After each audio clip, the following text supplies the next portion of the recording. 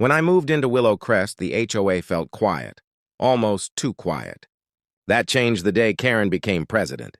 She ran on protecting property values, which really meant controlling everything. Grass height, mailbox color, even how long guests could park. Most people grumbled but complied. Then one afternoon, a notice appeared on every door. Community Greenbelt to be sold for development. HOA approval granted. The Greenbelt wasn't just empty land. It was where kids learned to ride bikes, where neighbors walked dogs, where we held summer picnics. No one remembered voting on any sale. At the emergency meeting, Karen stood smugly at the front with a realtor beside her.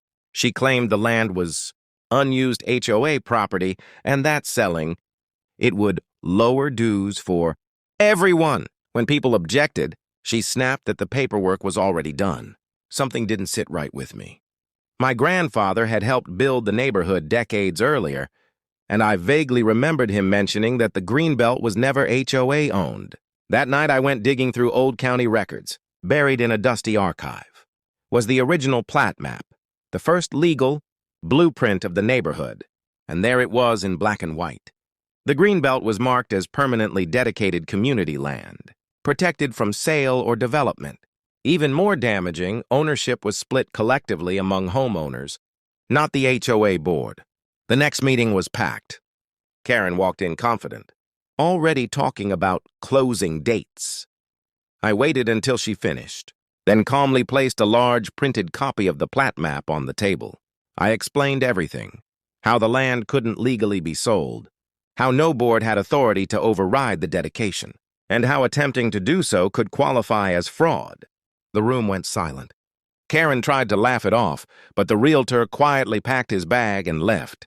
Within a week, the county sent a formal notice halting the sale. An investigation followed.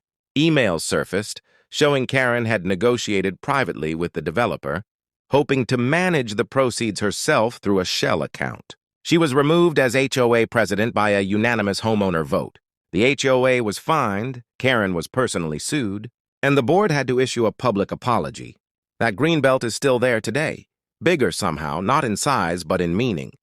A simple old map reminded everyone that power doesn't come from a title or a loud voice.